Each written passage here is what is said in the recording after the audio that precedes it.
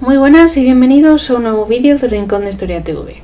En el vídeo de hoy vamos a seguir por nuestro viaje por el siglo XX y vamos a hablar del periodo de autarquía económica, que va desde el 1939 hasta el 59.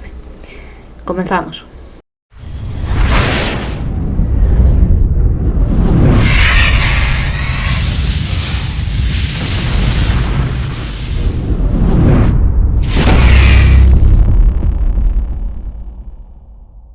En primer lugar, vamos a definir lo que es la autarquía. Es simplemente una búsqueda de autosuficiencia económica, ¿vale? Intentamos en este momento conformarnos con lo que tenemos, por así decir, ¿vale? O sea, conformarnos con lo que tenemos y con lo que producimos y ya está.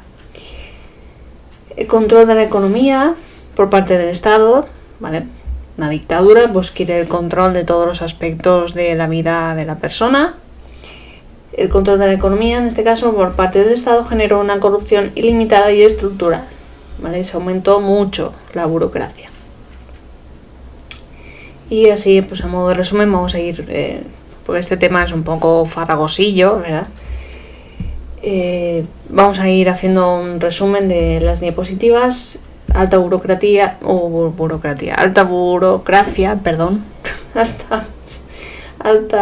es que estaba viendo burocratizada, por eso me he ido. Alta burocracia, extensión del mercado negro. Tenemos la creación del INI, que se constituye por la ley del 25 de septiembre del 41, que tenía como objetivo llevar a su máximo exponente la política de sustitución de importaciones sin valorar sus elevados costes. Estamos en un periodo de estancamiento, un periodo acaba de finalizar la Segunda Guerra Mundial, el mundo está viendo a ver qué hace con su vida y qué hace con las vidas de la gente y cómo arregla un poco la situación, el berenjenal tan desastroso que deja una guerra, sobre todo la Segunda Guerra Mundial, que fue, bueno, todas las guerras son terribles, pero la Segunda Guerra Mundial dejó un reguero de víctimas impresionante, ¿no? La política del nuevo Estado fue dirigida a consolidar la plataforma bancaria, ¿vale? Y se produjo un retroceso del poder adquisitivo de la inmensa mayoría de la población española, como viene siendo lógico, después de una guerra. En cuanto a la agricultura, evidentemente la mano de obra, el mayor porcentaje de mano de obra venía de los hombres han ido a la guerra, por lo tanto, pues tenemos un problema, ¿no? Tenemos falta de mano de obra. Por lo tanto, hay un descenso de la producción agraria. Consecuencia inmediata fue el florecimiento de un mercado negro, que el lenguaje popular lo llamó extraperlo, que seguro que habéis oído hablar de esta palabra. De aquí solamente decir que el índice de producción industrial plantea que España tuvo que esperar a 1950 para recuperar los niveles de preguerra. Hay un fuerte desequilibrio entre oferta y demanda. Y como ya hemos dicho que el hombre pues se ha ido a la guerra, pues ahora le toca a la mujer incorporarse al mercado laboral para compensar las pérdidas en mano de obra. Seguidamente tenemos que hablar de las magistraturas de trabajo. La reglamentación de las relaciones laborales por parte del Estado estaría en manos de las magistraturas de trabajo creadas en junio del 38. Se consideraban causas suficientes de despido desde el impreciso insulto al movimiento hasta el haber intervenido en la huelga del 34. O sea que es un momento de represión no solamente social sino también laboral. De aquí, ¿qué podemos decir? Pues hay un incremento de la conflictividad, evidentemente cuando no hay comida, cuando no hay trabajo, pues la sociedad, la población se revoluciona más rápidamente, como es lógico. Por lo tanto, tenemos que hablar de un incremento de la conflictividad y empiezan las huelgas. Bueno, a partir del 45 tenemos huelgas como por ejemplo la de Barcelona, dirigidas por redes clandestinas de la CNT y la UGT. En el 51 tenemos más huelgas en Barcelona, País Vasco, Pamplona y Madrid, de carácter espontáneo, que se encontraba justificada por la situación económica, obviamente. Los militares de Franco, del ejército, ¿qué tenemos que decir? Pues simplemente recordar esas características que ya hemos ido mencionando en vídeos anteriores. Ese ejército pues, que tiene esas ganas de volver a la política, ese culto místico a la nación del ejército. O sea que tiene el ejército, visión dogmática intransigente de la religión católica, proyección del orden, la jerarquía, la disciplina, la organización política y social, ese código de honor con el que cuentan, esa firme creencia en la superioridad de su misión salvadora de las esencias de la patria. En este contexto se enmarcan las relaciones tensas a veces entre católicos y falangistas.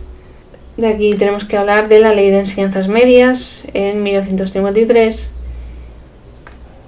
que dejaba claro que la formación intelectual y moral estaba al servicio de los más altos ideales de la fe católica y de la patria, y que la enseñanza secundaria se ajustaba a las normas del dogma y de la moral católicas y a los principios fundamentales del movimiento. Se creaba el bachillerato elemental de 4 cursos y el superior de 2, ambos con una reválida que daba acceso al curso preuniversitario. De aquí solamente decir que en 1950 tenemos libertad de comercio y entre mayo y agosto del 52 se producen unas sucesivas disposiciones gubernamentales declarando libre la venta de pan, huevos, carne, aceite, azúcar, almendras, etc. En cuanto a política agraria, solamente decir que consistió en elevar los precios y difuminar las normas intervencionistas, como los cupos forzosos, las superficies obligatorias y los bajos precios de tasa.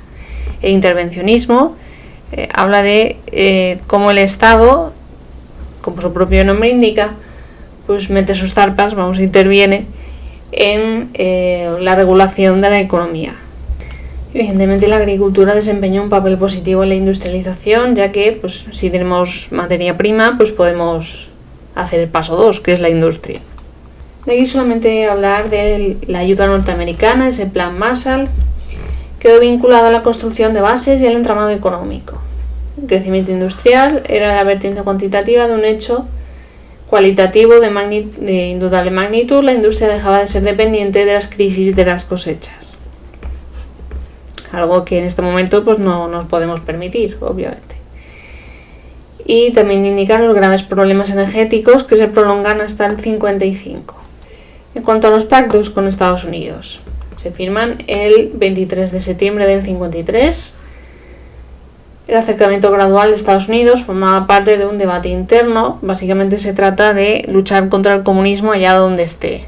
Y Estados Unidos está inmerso en la guerra de Corea, en la guerra de Vietnam, en fin, en muchas guerras, intentando pelear contra el comunismo y pues quiere toda la ayuda posible. Y Franco, pues que se apunta a todo, pues ahí estaba. Tenemos a Eisenhower con Franco, ahí tan amiguetes. Los pactos consistieron en la firma de 3 convenios: convenio defensivo, convenio sobre ayuda para la mutua defensa y convenio sobre ayuda económica. El convenio defensivo fue presentado públicamente en términos de equilibrio y de mutua ayuda, pero en carácter secreto escondía unas dimensiones ocultadas por la propaganda. Estados Unidos obtenía la iniciativa absoluta en la puesta en alerta y uso de las bases e instalaciones militares que se construyeran en España. El 4 de noviembre del 50, la Asamblea General de la ONU había retirado la resolución de 1946 por la que se habían aprobado sanciones diplomáticas contra España. Y en mayo de 1956 se incorporaría a la Organización Internacional del Trabajo. Concordato con la Santa Sede, firmado el 25 de agosto del 53 por el ministro de Exteriores Martín Artajo y Monseñor Tardini. Las concesiones fueron muchas, como el reconocimiento de la religión católica como oficial del Estado. El Estado se comprometía a proporcionar una dotación oficial a la Iglesia. La Iglesia asumía competencias en causas matrimoniales. Y el sistema de nombramiento de obispos se consolidaba al permitir la presentación de propuestas para las vacantes. Tenemos una fotillo del momento, la firma del concordato. En cuanto al bienio, complicado bienio 56-57. Tenemos un bienio lleno de huelgas. Una secuencia de huelgas iniciadas en Tarrasa en enero del 56. Tenemos un descontento social por todos lados. Boicot a los tranvías de Barcelona en enero del 57. Y crisis universitaria con destituciones correspondientes. Aunque todo ello es un inicio, es el inicio de una crisis de mayor alcance que tomaría cuerpo con el cambio de gobierno del 25 de febrero del 57. En la primavera del 56 tenemos toda, como ya hemos dicho, una cadena de huelgas ligadas sobre todo a las dificultades de las economías obreras El clima de protesta se prolongó en el 57 y se reprodujo en las mismas zonas en el 58. Los enlaces sindicales a los jurados de empresa empezaron a ser utilizados como instrumento reivindicativo y de lucha laboral. Todo ello, evidentemente, afecta a la política y se produce una remodelación del gobierno en el 57. Falange ya no tendría la hegemonía del movimiento. En estos niveles intermedios se manifestó más la diversidad ideológica y política por la resistencia de las fuerzas políticas no falangistas, demostrándose la incapacidad de la burocracia para homogeneizar el partido único. Carrero se consolidó como el cerebro de la evolución del régimen a partir de entonces. Y llegan los tecnócratas, que ayudan un poco a dar ese impulso que necesita la economía. Los tecnócratas apostaban por un reformismo técnico, inundando como expertos las altas estancias de la administración en sustitución lenta de la burocracia de los servicios prestados. Para la dictadura, una oposición compartimentada, clandestina o exiliada no era el único ni aún el enemigo mayor, sino las tensiones entre las resistencias a ultranza. En cuanto a la descolonización de Marruecos, tenemos que el nuevo gobierno de 57 coincidió con la significativa firma del Tratado de Roma que creaba la Comunidad Económica Europea. ¿Qué hacemos con Marruecos? Pues el régimen fue preso de las contradicciones entre la amistad árabe y su presencia en forma de protectorado en África noroccidental. El 13 de enero de 56, España acordaba otorgar la independencia siempre y cuando lo hiciera Francia. Los enfrentamientos con las tropas españolas se prolongaron hasta febrero de 58. El cese de las hostilidades se saldó con la pérdida española de una franja de territorio al norte de Ifni. Y acabamos con el plan de estabilización. El nuevo gobierno del 57 promocionó el salto definitivo para la eliminación de obstáculos autárquicos con la aceleración de los cambios económicos durante el bienio 57 a 59. El plan se publica en julio del 59 y consistió en un paquete de medidas entre el 17 de ese mes y el 5 de agosto. Los objetivos eran conseguir un desarrollo económico saneado y una mejor integración en el mercado mundial.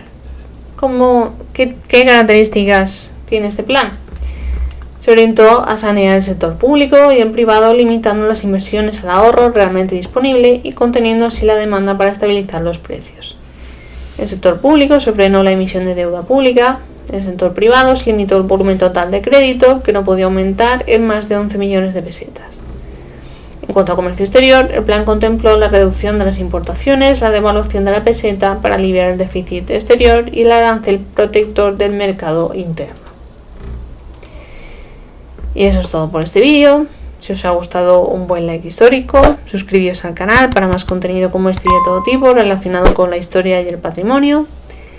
No os olvidéis de darle a la campanita para que YouTube os avise de todos los vídeos, compartir y nos vemos en el siguiente. Un beso, chao.